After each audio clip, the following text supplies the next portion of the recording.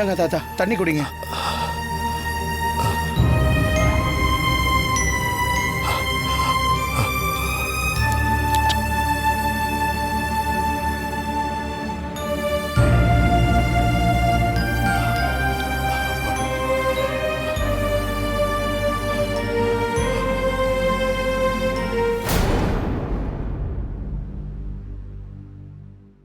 ஏ அர்ச்சனா, உனக்கு அறிவே இல்லையா?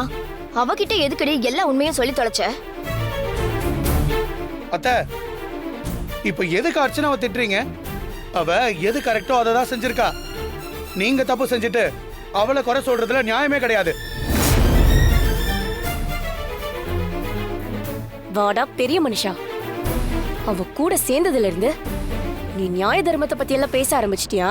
பின்ன யாராச்சும் ஒருத்தர் பேசிதானே ஆகணும். என்ன சொன்ன? ஐயோ ஜோதி, கொஞ்சம் சும்மா இரேன். ஏற்கனவே பிரச்சனை தலைக்கு மேல போயிருச்சு. திரும்ப போய் அவங்க கூட மல்லு கட்டிட்டு இருக்க.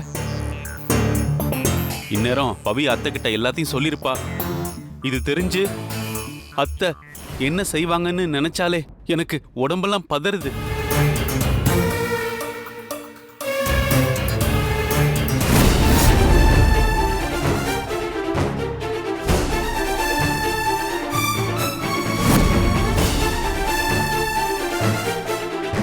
என்னாச்சு பவி?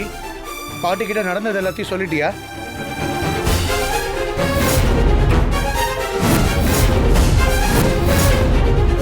நீ சொன்னதை கேட்டு பாட்டி என்ன சொன்னாங்க பவி?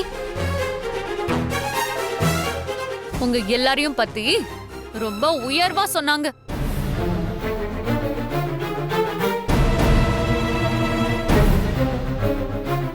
பாவம், அவங்களுக்கு போய் எப்படிதான் இப்படி கெடுதல் செய்ய நினைக்கிறீங்களோ?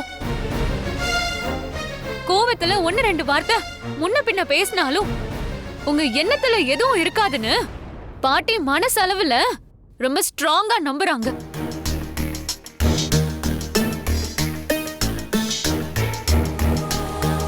பாட்டிக்கு நீங்க பண்ண தப்பு எதுவுமே தெரியல. அதனாலதான் நீங்க ஏதோ சின்ன தப்பு செஞ்சதா நினைச்சு அத பக்குவமா எடுத்துக்கிட்டு உங்களை சரி பண்ணணும்னு என்கிட்டயே கேட்டுக்கிட்டாங்க. அவங்க சொன்ன அந்த வார்த்தை தான் நான் என்ன சொல்ல போனேனோ அத சொல்ல முடியாம தடுத்து நிறுத்திருச்சு. அப்பாடா, நல்ல வேலை தப்பிச்சோம். ரொம்ப சந்தோஷப்பட்டுக்காதீங்க. ஏதோ பாட்டிக்காக நீங்க செஞ்ச கேவலமான வேலைய நான் சொல்லாம விட்டுட்டேன். மத்தபடி உங்க மேல அக்கறைன்னு எனக்கு ஒரு துளி கூட கிடையாது. எனக்கும் அர்ஜுனுக்கும் கல்யாணம் நடந்த சந்தோஷத்துல அவங்க கோவில் கோவிலா போய் வேண்டுதல் செஞ்சிட்டு இருக்காங்க. இந்த நேரத்துல நீங்க செஞ்சதை நான் சொன்னா பாட்டி வாழ்க்கையே வெறுத்துருவாங்க. அது மட்டும் இல்ல, எந்த ஒரு தாய்க்கும் மிகப்பெரிய வலியே தான் பிள்ளைங்க செஞ்ச தப்ப இன்னொருத்தர் சொல்லி கேக்குறதுதான். அந்த கஷ்டம் அவங்களுக்கு வந்துடவே கூடாதுன்னு தோணுச்சு. அதான் நடந்ததை சொல்லாம மறைச்சேன். ஆனா அதுக்காக உங்க எல்லாரையும் நான் அப்படியே விட்டுருவேன்னு மட்டும் கனவுல கூட நினைச்சு பாத்துறாதீங்க. தப்பு செஞ்சவன் அதுக்கான தண்டனைய அனுபவிச்சாகணும். அது பாட்டி மூலமா நடக்கலைனாலும் இந்த பவி மூலமா நடக்கும்.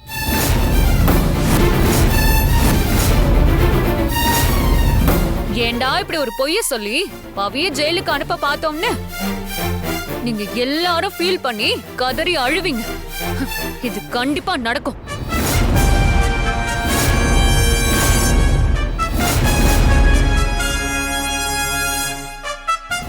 இன்னொரு முறை இப்படி ஒரு தப்பான வேலையை செய்யறதுக்கு உங்க மனசு நடுங்கணும். அந்த அளவுக்கு இனி நடக்க போற விஷயங்கள் எல்லாமே இருக்கும். ஒருத்தர் தப்பே செஞ்சாலும் அவங்கள மன்னிச்சு திருத்தணும்னு தான் சொல்லுவாங்க. ஆனா நீங்க செஞ்ச தப்புக்கு மன்னிப்பே கிடையாது. ஏன்னா அது தப்பே கிடையாது. பாவம்.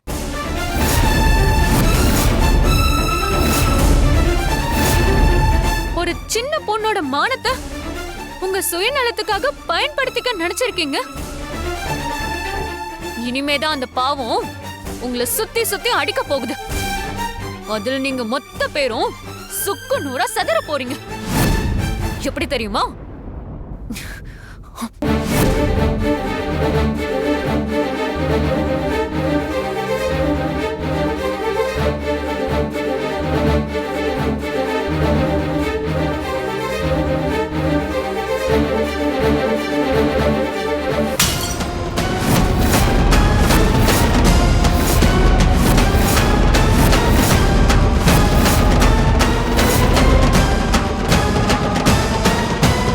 இந்த மாதிரி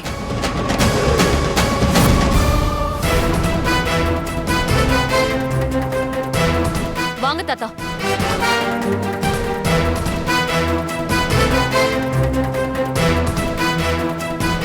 டிடி 5 நிமிஷத்துல இந்த மொத்த இடத்தையும் கிளீன் பண்ணி வைக்கிறேன்.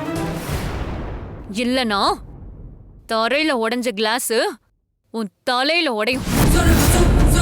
ஜாக்கிரதை. வாங்க தாத்தா.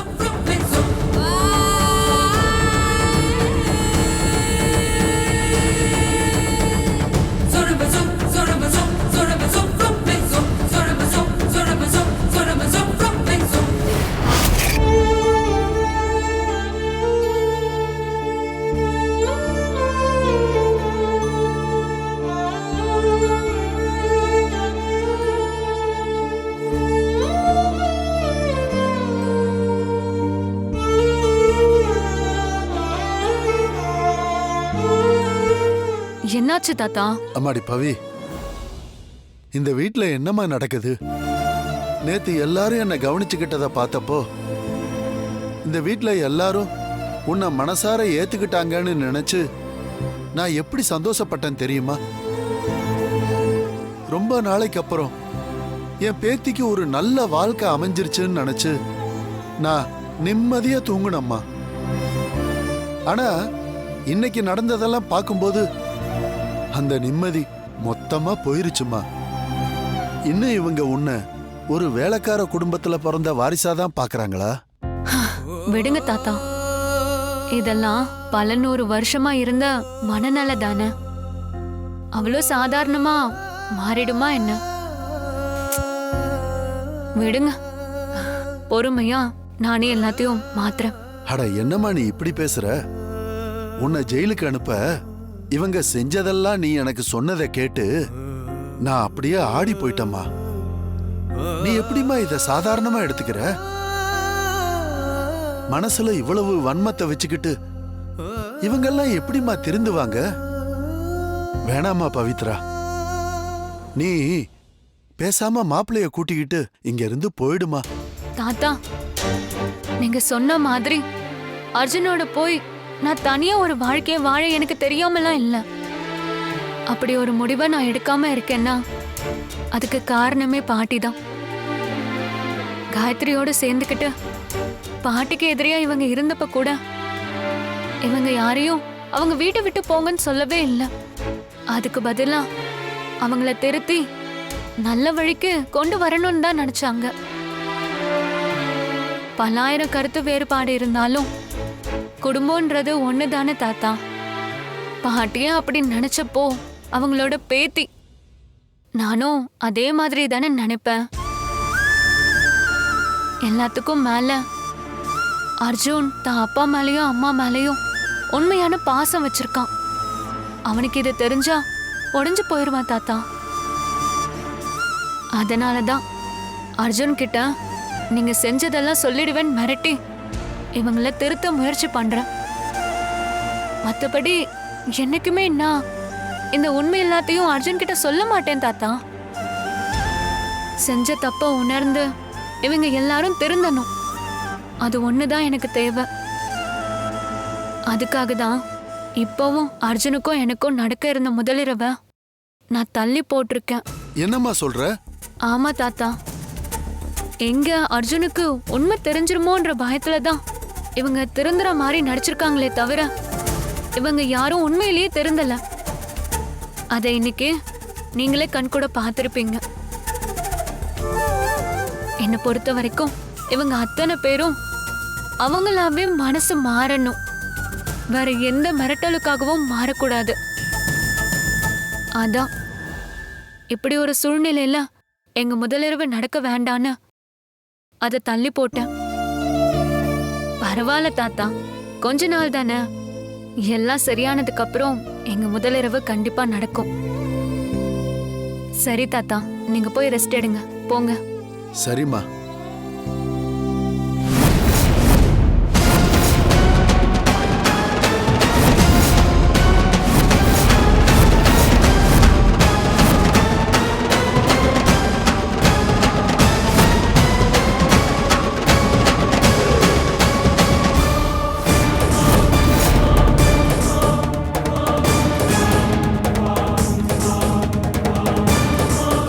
மாப்ள, நீங்க எப்ப வந்தீங்க? நீங்க பேசிட்டு இருக்கும் போதே நான் வந்துட்டேன் தாத்தா. தாத்தா, பவிதா சொன்னால நீங்க போய் ரெஸ்ட் எடுங்க. நான் பவிக்கிட்ட கொஞ்சம் பேச வேண்டியது இருக்கு. அது வந்து நீங்க எதுவும் சொல்ல வேண்டாம், போய் படுங்க. நான் பவிக்கிட்ட கொஞ்சம் பர்சனலா பேசணும். போங்கன்னு சொல்றேன்ல, போங்க.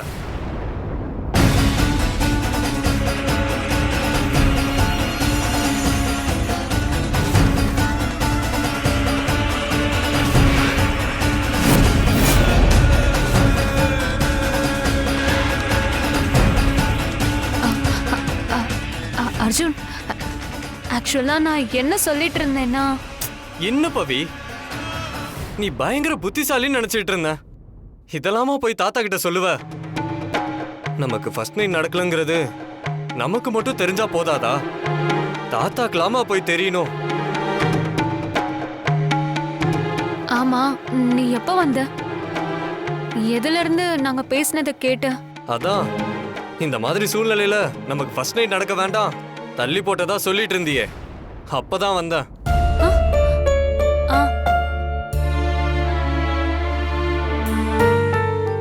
ஏன் அதுக்கு முன்னாடி என்ன பேசிட்டு இருந்தீங்க? ஒன்னும் இல்ல, சும்மா ஜெனரலா தான் பேசிட்டு இருந்தோம். ஏன் பவி, இந்த ரீசனுக்காக தான் நமக்கு ஃபர்ஸ்ட் நைட் நடக்கலங்கிறதெல்லாம் அவர்கிட்ட சொல்லணுமா? சாரி அர்ஜுன், ஏதோ சொல்லணும்னு போல இருந்துச்சு. அதுக்கு இல்ல பவி, நமக்கு ஃபர்ஸ்ட் நைட் நடந்துருச்சுன்னு தாத்தா ரொம்ப சந்தோஷத்துல இருந்திருப்பாரு. அதை ஏன் கெடுக்கணும்? அதை தான் உன்னை கேக்குறேன். ஆனா உனக்கு தான் எந்த உண்மையும் மறைச்சி பழக்கமே இல்லையே. ஆக்சுவலா உன்கிட்ட எனக்கு பிடிச்சதே அதுதான். எதுவும் மனசுல வச்சு மறைச்சிக்காம உண்மையா ஓப்பனா இருக்க பாரு. அதான் உன்கிட்ட இருக்கிற ஸ்பெஷாலிட்டியே.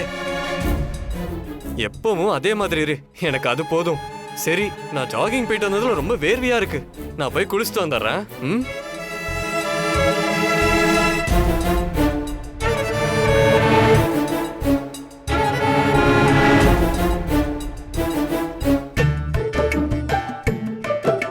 பவி இன்னைக்கு வெளுத்து வாங்கினதுல வீட்டுல இருக்கிற எல்லாரும் அரண்டு போயிட்டாங்க. பாத்தியா அர்ச்சனா?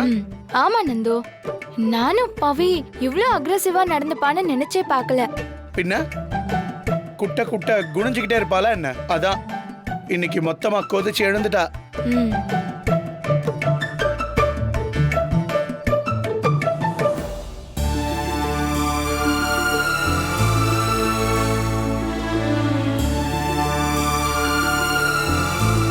வா பவி, உன்னை பத்தி தான் பேசிட்டு இருந்தோம், கரெக்டா வந்துட்ட. அப்படியா? என்ன பேசிட்டு இருந்தீங்க? இன்னைக்கு நீ வீட்ல ஒரு ருத்ர தாண்டவமே ஆடுனியே, அத பத்தி தான். ஆக்சுவலா நானே அதை பத்தி பேசதான் இங்க வந்தேன். ரொம்ப சாரி அர்ச்சனா. உனக்கும் தான் நந்து சாரி. சாரியா? எங்க கிட்ட எதுக்கு சாரி கேக்குற பவி? பின்ன உங்க அப்பா அம்மா கிட்ட தானே நான் இன்னைக்கு கோவப்பட்டேன், அதுக்கு தான். என்னதான் அவங்க எனக்கு எதிரா தப்பு செஞ்சிருந்தாலும் உங்களை பொறுத்த வரைக்கும் அவங்க உங்களை பெத்தவங்க இல்லையா? சின்ன வயசுல இருந்தே நான் என் அப்பா அம்மா கூட எல்லாமே இருந்திருக்கலாம். ஆனா நம்ம கண்ணு முன்னாடி நம்ம பெத்தவங்கள ஒருத்தர் கை நீட்டினா அது பிள்ளைங்களுக்கு எப்படி வலிக்கும்னு எனக்கும் தெரியும். ஏதோ மனசுல இருந்த கோபம் என்னையும் மீறி வெடிச்சிருச்சு. அந்த கோவத்துல தான் சரிதாத்தையையும் ஜோதி சித்தியையும் தள்ளி விட்டேன். அந்த நேரத்துல நீங்க எதுவுமே சொல்லலைனாலும் அது உங்க மனசை ஹர்ட் பண்ணிருக்கோன்னு தோணுச்சு. அதுக்கு தான் இந்த சாரி. ரெண்டு பேரும் என்ன மன்னிச்சிருங்க. என்னது ஹர்ட்டா? அட நீ ஒரு ஆளு பவி. உண்மையாவே என் மனசு இன்னைக்குதான் ரொம்ப சந்தோஷப்படுது தெரியுமா? என் அம்மாவும் அர்ச்சனா அம்மாவும் சேர்ந்துட்டு பண்ற தப்பு எல்லாமே தட்டி கேட்க முடியாம பல்ல கடிச்சிட்டு இருந்த பவி. ஆனா என்னால முடியாததை நீ செஞ்சங்கிறப்போ மனசு ரொம்ப ஹாப்பி ஆயிடுச்சு பவி. அதாவது சொல் பேச்சு கேட்காத மாடு கூட சொல்லுன்னு சாட்டாடி கொடுத்தா சொன்னதை அப்படியே கேக்குமா. அந்த மாதிரி தான் அவங்க ரெண்டு பேரும். அந்த விதத்துல நீ செஞ்சது தப்பே இல்ல பவி. என்ன அர்ச்சனா? ஆமா பவி, இன்னைக்கு உன்னோட கோவம் முழுக்க நியாயமான கோவம் தான். அத நாங்க எப்படி தப்பா எடுத்துப்போம் சொல்லு? எல்லாத்துக்கும் மேல உன் கோவத்துல நான் பார்த்தது என்ன தெரியுமா? ஏன் மேல இருக்கிற அக்கறை. என்ன யூஸ் பண்ணி உன்னை மாட்ட வச்சாங்கங்கறத விட அவங்க என்னை எந்த மாதிரி விஷயத்துக்கு யூஸ் பண்ணாங்கன்னு தான் நீ அதிகமா கோவப்பட்ட. என் அப்பா அம்மாக்கே தோணாத விஷயத்த நீ யோசிச்சல்ல, அதுவே எனக்கு பெரிய விஷயம்தான். அப்படி இருக்கிறப்போ அதை நான் என்னைக்குமே தப்பா எடுத்துக்க மாட்டேன். ரொம்ப தேங்க்ஸ். நீங்க ரெண்டு பேரும் என்னை இந்த அளவுக்கு புரிஞ்சுக்கிட்டதுக்கு. ஆனாலும் உன் மேல எனக்கு ஒரு வருத்தம் இருக்கு பவி. என்ன? பாட்டிக்காக இவங்களை விட்டு இருந்திருக்க கூடாது. அவங்க கிட்ட சொல்லி உண்டு இல்லைன்னு பண்ணி விட்டு இருக்கணும். சாச்சா, அப்படி செஞ்சிருந்தா பாட்டி ரொம்ப ஃபீல் பண்ணிருப்பாங்க நந்து. எனக்கு இவங்கள பழி வாங்குறத விட பாட்டி மனசு கஷ்டப்படக்கூடாதுன்றதுதான் முக்கியம். ஆனா நீ சூப்பர் பவி. எந்த ஒரு விஷயமா இருந்தாலும் பட்டுன்னு எமோஷனல் ஆகாம அத பக்குவமா ஹேண்டில் பண்ற. இததான் நான் உங்ககிட்ட இருந்து கத்துக்கணும். பவி, பாட்டி கிட்ட நீ போட்டு கொடுக்காதனால இவங்க எல்லாரும் கொஞ்சம் நிம்மதியா இருக்காங்க. இவங்கள இப்படியே நீ லூஸ்ல விட்டுற கூடாது. அதை எப்படி விடுவேன் நந்து? செஞ்ச தப்ப உணர்ந்து இவங்க எல்லாரும் திருந்துற வரைக்கும் நான் இவங்க யாரையுமே விட மாட்டேன். இதுவே பாட்டி கிட்ட சொல்லிருந்தா இந்த விஷயம் இதோட முடிஞ்சிருக்கும். ஆனா இப்போ எப்போ சொல்லுவேன்ற பயம்தான் இவங்க மனசு பூரா இருக்கும். அந்த பயத்தை பயன்படுத்தி இவங்கள நான் என்ன பாடுபடுத்துறேன்னு என் கூடவே இருந்து பாருங்க. அதுக்கு தானே பவி நாங்க எல்லாரும் வெயிட் பண்ணிட்டு இருக்கோம். நீ நடத்து பவி, இது உன் காலம். சரி வாங்க. வாங்க.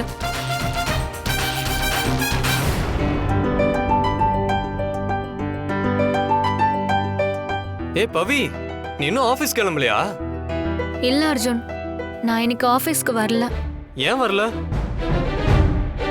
இங்கதான் பரேட் எடுக்கிற வேலை இருக்கே. எது பரேடா? அது ஒண்ணும் இல்லைன்னா அவன் ஒரு லூசு, ஏதாச்சும் வளரிட்டு இருப்பான். ஒன்னும் இல்ல அர்ஜுன், உடம்புக்கு கொஞ்சம் முடியல, அதான் நான் இன்னைக்கு லீவ் எடுத்துக்கிறேன். ஓ புரியுது புரியுது. நீ வீட்லயே இரு பவி, எனக்கு ஒரு ப்ராப்ளமும் இல்ல. இன்னைக்குன்னு இல்ல, இன்னும் ஒரு 2-3 நாள் கூட ரெஸ்ட் எடு. வேணும்னா சொல்லு, நானும் உன் கூடவே இருக்கேன். அடேங்கப்பா, என் அண்ணி மேல என் அண்ணனுக்கு எவ்வளவு பாசம். அதெல்லாம் வேண்டாம் அர்ஜுன், பாட்டியும் ஊர்ல இல்ல, 2 பேருமே ஆபீஸ் போலன்னா வேலைலாம் அப்படியே நிக்கும். இருந்தாலும் இந்த மாதிரி நேரத்துல உன் கூடவே இருந்தாதான் ஒரு ஹஸ்பண்டுக்கு அழகு. டே அர்ஜுனே, பவி என்னமோ பிரெக்னண்டா இருக்கிற மாதிரி ஓவரா கிரிஞ்சு பண்றியாடா. கிரிஞ்சா? அவனே, உனக்கு ஒரு நாள் கல்யாணம் நடக்கும்ல, அப்ப நீ என்னெல்லாம் கிரிஞ்சு பண்றேன்னு நானும் பாக்குறேன்டா.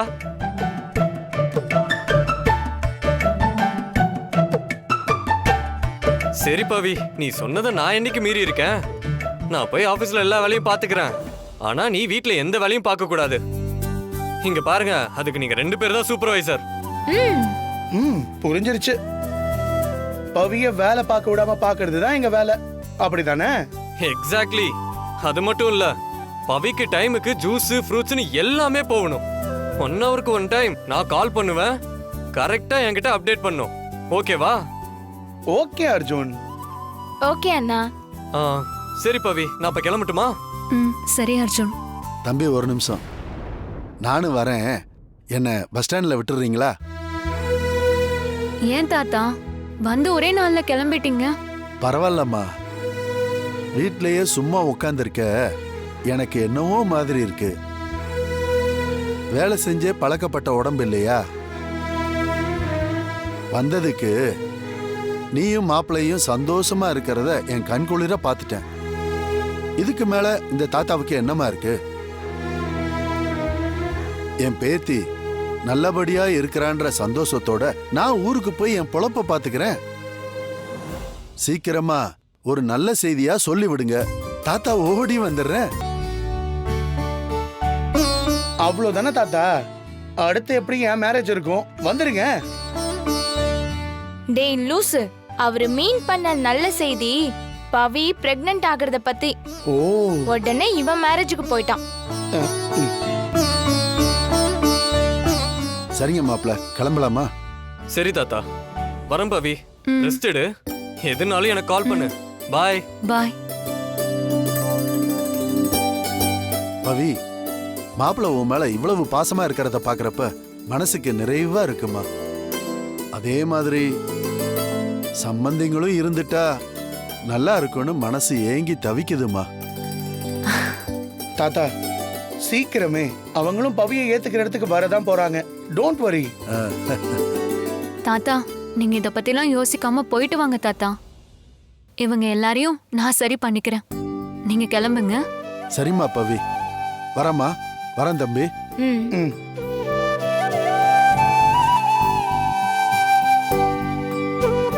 ஓகே பவி, அடுத்து நம்ம ஆக்ஷன் என்ன? வேற என்ன? விருந்துதான். விருந்தா? ஆமா.